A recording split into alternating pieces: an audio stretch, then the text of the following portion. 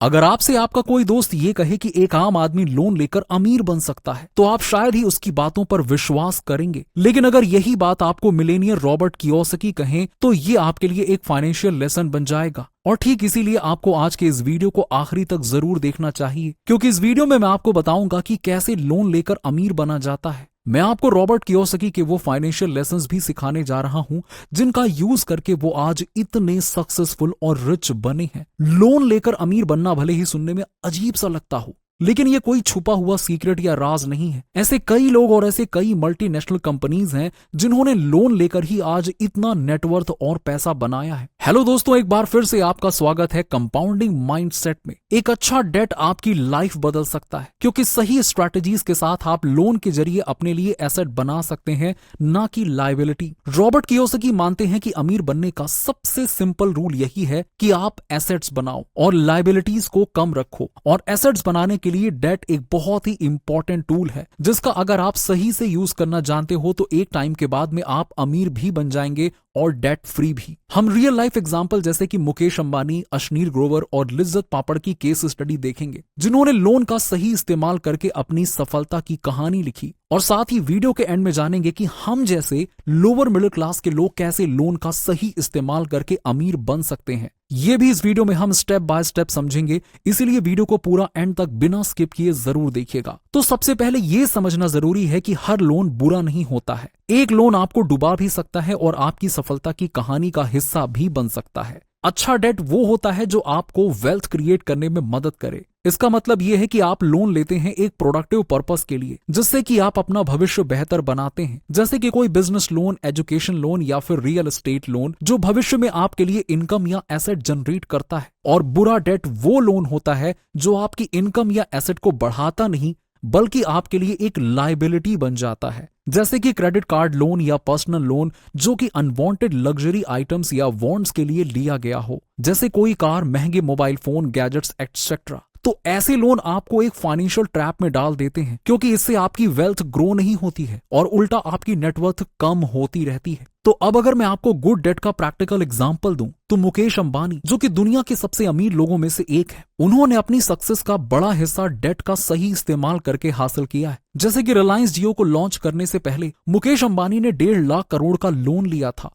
और ये एक कैलकुलेटेड रिस्क था, क्योंकि उन्हें पता था कि फ्यूचर में भारत का टेलीकॉम और डेटा कंजप्शन बूम करने वाला है। और उस समय कई लोग इस फैसले को काफी रिस्की भी समझ रहे थे, लेकिन मुकेश अंबानी ने डेटा ड्रिवन रिसर्च किया और फ्यूचर में लोग इंटरनेट को कितना यूज कर सकते हैं इसका कैलकुलेटेड प्रिडिक्शन करके उन्होंने इतना बड़ा डेट और रिस्क लिया। और जब भी कभी बड़े बिजनेसमैन को लोन मिलता है तो उस पे लगने वाला इंटरेस्ट आमतौर पर नॉर्मल से कम होता है, जैसे कि 6% से 8% के आसपास। और जियो के लॉन्च के बाद शुरुआती कुछ सालों तक रिलायंस को नुकसान उठाना पड़ा, क्योंकि जियो अपनी 4G इंटरनेट सर्विसेज और फोन कॉल्स भी फ्री में दे रही थी। साथ ही जियो ने भारत में पहली बार 4G कीपैड फोन भी लॉन्च किया, जिसकी प्राइस भी काफी कम रखी गई थी। फिर जब लोगों को 4G इंटरनेट की आदत लग गई, तब जियो ने अपने सर्विसेज को पेड कर दिया और धीरे धीरे रिलायंस जियो ने भारतीय टेलीकॉम मार्केट पर अपना दबदबा बना लिया। और आज रिलायंस जियो एक हाईली प्रॉफिट मेकिंग कंपनी बन चुकी है। और मुकेश अंबानी ने अपना लोन न सिर्फ चुका दिया,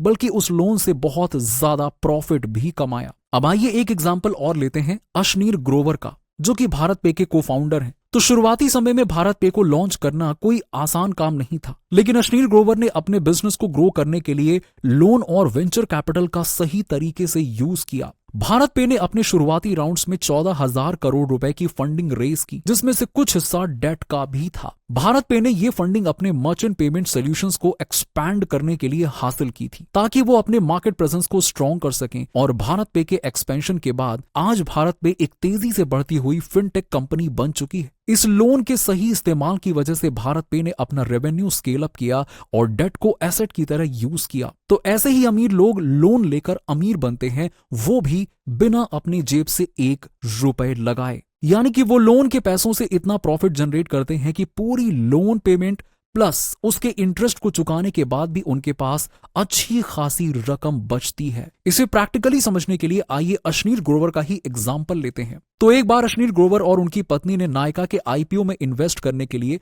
कोटक महिंद्रा बैंक से 500 करोड़ रुपए का लोन लेने का प्लान बनाया। अब उनका एम था कि वो इस बड़े लोन का यूज करके वो नायका के आईपीओ में एक बड़ी हिस्सेदारी हासिल करेंगे। लेकिन जब कोटक महिंद्रा बैंक ने इन्हें लोन देने से इनकार कर दिया तो इसने एक बड़े कंट्रोवर्सी को जन्म दिया। अशनीर ने यह क्लेम किया कि उन्हें सही समय पर लोन अवेलेबल नहीं कराया गया, जिसकी वजह से वो नायका के आईपीओ में इन्वेस्ट नहीं कर पाए और उन्हें करोड़ों का नुकसान हो गया। इस लोन की रिजेक्शन के कारण ही अशनीर ने कोटक महिंद्रा के खिलाफ कानूनी कार्रवाई करने की भी कोशिश की थी, क्योंकि अगर अशनीर को 500 करोड़ रुपए का लोन मिल जाता और उन्होंने नायका के आईपीओ में इन्वेस्ट कर दिया होता तो लोन प्लस इंटरेस्ट के पैसे चुकाने के बाद भी उन्हें लगभग 412 करोड़ का क्लियर कट प्रॉफिट होता। पर लोन ना मिलने के कारण अशनीर के हाथ से यह बड़ा मौका निकल गया और इसी वजह से उन्होंने कोटक महिंद्रा बैंक पर लापरवाही और इन्वेस्टमेंट में इनएबिलिटी का ब्लेम भी लगाया। तो आई होप कि अब आपको समझ में आ गया होगा कि लोन का सही इस्तेमाल करके कैसे बड़ी वेल्थ बनाई जाती है। अब हो सकता है कि आप ये बोलो कि ये लोग तो फाइनेंशियली काफी स्ट्रांग हैं और रिच क्लास के लोग हैं, किसी लोअर मिडिल क्लास के लिए लोन लेकर अमीर बनना तो इम्पॉसिबल है। तो आइए इस चीज को भी लिज्जत पापड़ के सक्सेस से समझते हैं। तो लिज्जत पापड़ की कहानी की शुरुआत 1959 में मुंबई से हुई थी। ये उस समय की बात है जब 7 फीमेल्स ने अपने घर की बालकनी में 80 रुपए के कर्ज से एक छोटे पैमाने पर पापड़ बनाने का काम शुरू किया। उनका मकसद सिर्फ पैसे कमाना नहीं था, बल्कि फीमेल्स को इंडिपेंडेंट बनाना और उनका एम्प्लॉयमेंट करवाना भी था। पहले दिन उन्होंने 80 रुपए का लोन लेकर 4 पैकेट पापड़ बनाए। उन्हें लोकल दुकानों में बेचा गया। लोगों को इनके हाथों के बने पापड़ काफी पसंद आए और धीरे धीरे इनके कस्टमर्स बढ़ने लगे, क्योंकि उनका ध्यान हमेशा से क्वालिटी पर था, जिससे कि उनके पापड़ की डिमांड बढ़ती गई। इस छोटे से इन्वेस्टमेंट और कड़ी मेहनत से उन्होंने अपने प्रोडक्ट को घर घर तक पहुंचाना शुरू किया। लिज्जत पापड़ की सक्सेस का सबसे बड़ा कारण उनकी क्वालिटी है। उन्होंने हमेशा अपने प्रोडक्ट की क्वालिटी को सबसे ऊपर रखा।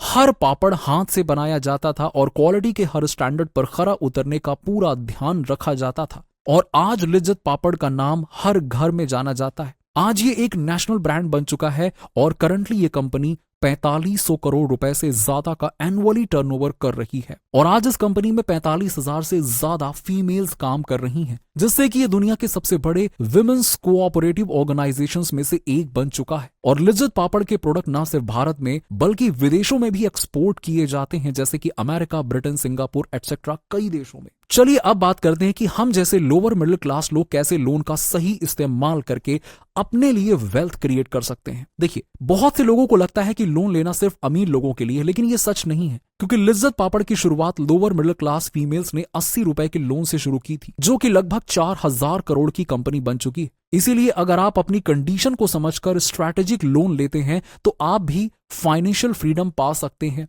जैसे कि हम जैसे लोगों के लिए होम लोन लेना और उसे रेंट पर लगा देना भी एक अच्छा डेट हो सकता है, क्योंकि घर तो एक एसेट होता ही है और समय के साथ उसकी वैल्यू बढ़ती है। और अगर आपने सही लोकेशन पर प्रॉपर्टी ले ली तो उसकी प्राइस भी बढ़ सकती है, जिससे कि आपकी वेल्थ बढ़ती है। और रही बात ईएमआई की, तो आप उसे उस घर के मिलने वाले रेंट से पे कर सकते हैं। जैसे कि आप मान लीजिए कि मुंबई के किसी उभरते हुए इलाके में एक 2 BHK फ्लैट खरीदते हैं, जिसकी कीमत 1 करोड़ रुपए है। इस प्रॉपर्टी को आप बैंक से लोन पर खरीदते हैं। बैंक आपको 8% की ब्याज दर पर 20 साल के लिए 80 लाख रुपए का लोन देता है।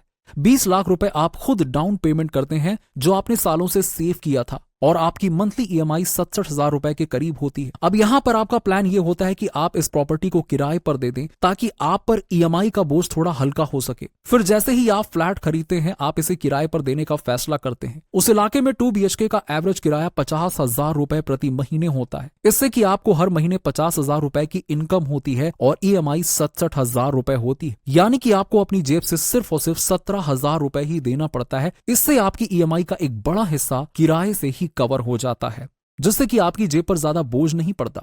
अब समय के साथ उस इलाके में इंफ्रास्ट्रक्चर डेवलपमेंट हो रहा है, जैसे कि मेट्रो लाइन, मॉल्स और ऑफिस कॉम्प्लेक्स बनने की वजह से यहां प्रॉपर्टी की वैल्यू भी बढ़ती जाती है। 10 साल बाद ये फ्लैट, जिसकी वर्तमान कीमत 1 करोड़ रुपए है, उसका दाम बढ़कर 1.7 करोड़ रुपए हो जाता है। इस बीच आपका किराया भी बढ़कर 70,000 रुपए प्रति महीने पहुंच जाता है। 10 साल बाद अगर आप इस प्रॉपर्टी को बेचना चाहते हैं तो आपके पास एक बड़ा प्रॉफिट निकल कर आता है, क्योंकि अब इस फ्लैट की कीमत 1.7 करोड़ रुपए है और आपके लोन की बची हुई अमाउंट लगभग 40 लाख रुपए है। तो अब आप इस फ्लैट को बेचकर 1 करोड़ 70 लाख रुपए का प्रॉफिट निकाल सकते हैं और इस बचे हुए 40 लाख रुपए को आसानी से पे कर सकते हैं, जिसमें से आपकी ईएमआई का एक बड़ा हिस्सा तो किराए से ही कवर हो गया था। इस तरह होम लोन लेकर प्रॉपर्टी में इन्वेस्ट करना आपको लंबे समय में अच्छा रिटर्न दे सकता है। प्रॉपर्टी की वैल्यू बढ़ती है, किराए से आपकी ईएमआई कवर होती है और अंत में आपको एक अच्छा प्रॉफिट भी मिलता है। और अगर आपके पास कोई बिजनेस आइडिया है तो बिजनेस लोन लेकर भी शुरू किया जा सकता है। जैसे मुकेश अंबानी और अश्नीर ग्रोवर ने डेट का इस्तेमाल करके अपने बिजनेस को बड़ा किया, वैसे ही आप भी अपने बिजनेस के लिए लोन का सही यूज करके वेल्थ क्रिएट कर सकते हैं। बट